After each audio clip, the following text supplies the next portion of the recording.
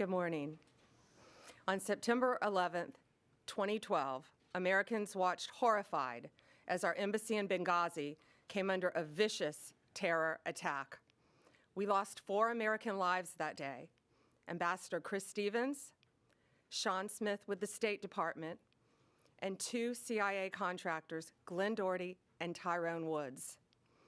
We have never forgotten those heroes, and we have never stopped seeking justice for that crime against our nation.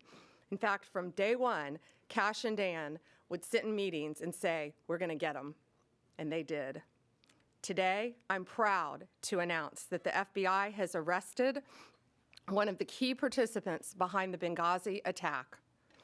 Zubair al-Bakkosh landed at Andrews Air Force Base at 3 a.m. this morning. He is in our custody. He was greeted by Director Patel and U.S. Attorney Jeanine Pirro. Hillary Clinton famously once said about Benghazi, "What difference at this point does it make?" Well, it makes a difference to Donald Trump. It makes a difference to those families. And 14 years later, it makes a difference to law enforcement who made the difference in this case. Thank you, President Trump, for supporting all of our agencies around the country and around the world. Al-Bakkosh will now face American justice on American soil. We will prosecute this alleged terrorist to the fullest extent of the law. He'll face charges related to murder, terrorism, arson, among others. Let this case serve as a reminder. If you commit a crime against the American people anywhere in this world, President Trump's Justice Department will find you. It might not happen overnight, but it will happen. You can run, but you cannot hide. We are immensely grateful to our partners, especially at the State Department and the CIA, who lost lives in the Benghazi attack. Director Patel and the FBI agents did tireless work to track and arrest this man. I want to thank everyone standing behind me, all the agents who work so great with our lawyers, with our national security lawyers, and around the world to bring this terrorist to justice. And I have a statement to read from Director Radcliffe. He wanted to be here. He couldn't be here. He's busy protecting our world. He's deeply grateful for the relentless efforts of the Department of Justice and the FBI to bring justice to the individual allegedly responsible for the death of Americans in the horrific 2012 Benghazi attack. CIA and the nation will never forget the extraordinary services and sacrifices of Tyrone Woods and Glenn Doherty, who gave their lives in defense of others and exemplified the very best of our agency. I'd now like to turn it over to Director Patel for remarks, and I again want to thank him for his relentless work in this case. General, thank you. And I want to steal one of your lines. Never forget. Pam never forgot. The President never forgot. This FBI never forgot. And certainly U.S. Attorney Pirro never forgot. When an act of terrorism of this magnitude strikes at the heart of our nation, we go to work. President Trump has given us the full resources at the FBI and across the interagency to make sure we deliver justice. And Pam, you're right. Dan and I did sit down early on about this to bring justice, but you led the effort. You brought together the interagency. You said we are going to get this done because no one agency alone can do it. So we are thankful to have an Attorney General at the Department of Justice who works together with every single cabinet secretary and enforce the law. What you saw today, and I want to get, or what you're going to see today, I want to address in a minute, but I want to remind the folks out there the work of this Department of Justice. We were here just a few short months ago talking about how we were going to raise the RFJ for another violent offender on the run, Ryan Wedding. And what did we do under Attorney General's leadership? And what did we do when President Trump said, go get the worst of the worst? We captured him. We captured together, under President Trump's leadership, 6 of the FBI's most wanted fugitives in 1 calendar year. To put that in perspective, that is 2 more than the entirety of the prior administration. And you cannot do that alone at the FBI. You have to have an Attorney General and a Department of Justice willing to prosecute, willing to go to the four corners of the earth and make sure we deliver justice. And that's what we're doing here today. I was at the airfield with U.S. Attorney Pirro earlier this morning when we did the formal foreign transfer of custody of Bekouche into U.S. custody to face prosecution under her auspices and her office. And the Department of Justice are going to execute justice for the fallen. As a young prosecutor at CTS, the National Security Division, I worked on the Benghazi case. This was very near and dear and personal to me. We lost 4 brave Americans in Chris, Sean, Kyle, and Steve. And we can never, ever, ever forget them. Ever. And we will not. In order to put something like this together, it doesn't happen overnight. The FBI's hostage rescue team, the FBI's critical incident response group, our special flight operations unit, and countless others, along with the agents in the New York field office who never forgot Benghazi and never let the world forget it, endured over a decade to bring yet another terrorist who killed 4 Americans to justice. That is a relentless pursuit of mission that can only happen when you have an interagency who's willing to get after it. I'm extremely thankful to the CIA and Director Ratcliffe and our other law enforcement partners for making sure that the world knows that if you kill an American citizen in an act of terrorism, we will hunt you down. We will bring you to justice, and you will face justice here in America, not in another court and not in any other proceeding around the world, but here. You killed our own, so we are going to take it to the streets to make sure you are held accountable. Once again, I'd really like to thank the entirety of the FBI, headquarters divisions. There are so many moving pieces to actually execute a foreign transfer of custody. And now we're talking about the 7th, the 3rd in just a couple of weeks. And I don't know if that has ever happened before in U.S. history. It's happening because President Trump backs the blue. President Trump has given law enforcement the resources we need to take the fight across the world. And the Attorney General has been relentless in her mission to make sure that these victims are remembered and that we bring them some semblance of peace by bringing those who killed their loved ones to justice. It's a little full circle for me. Yes, then Director Deputy Bongino and I did sit down and said, how are we going to get this guy? How are we going to find the individual responsible for the Benghazi attacks? And we sat down with Jeanine Pirro, and we sat down with the AG and her team and the Deputy Attorney General. And every single day, every single week, we talked about how we would do it. And we're here today because we have an interagency that is led by superior individuals who have one shared goal: protecting America and our lives and our future.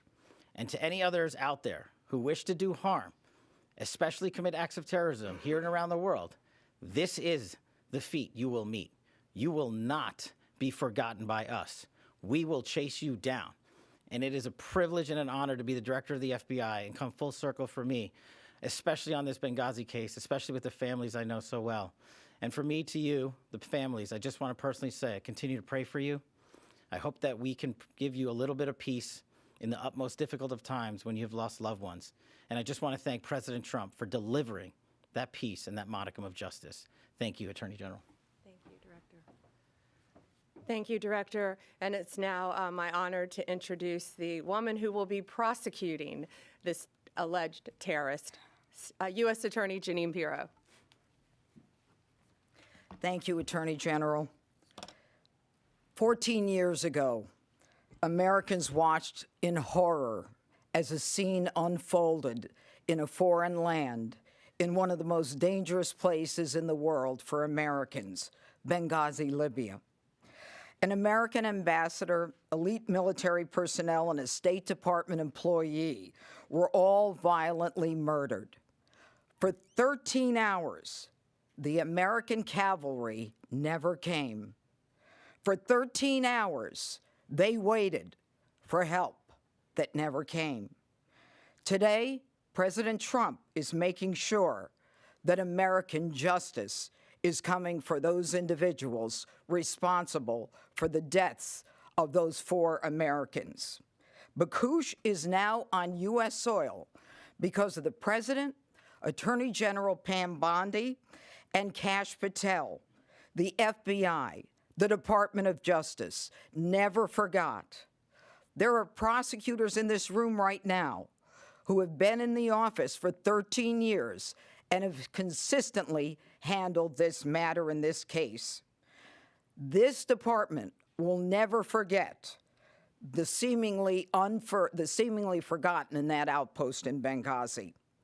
Bakoush was first charged by complaint in 2015, which was sealed for 11 years.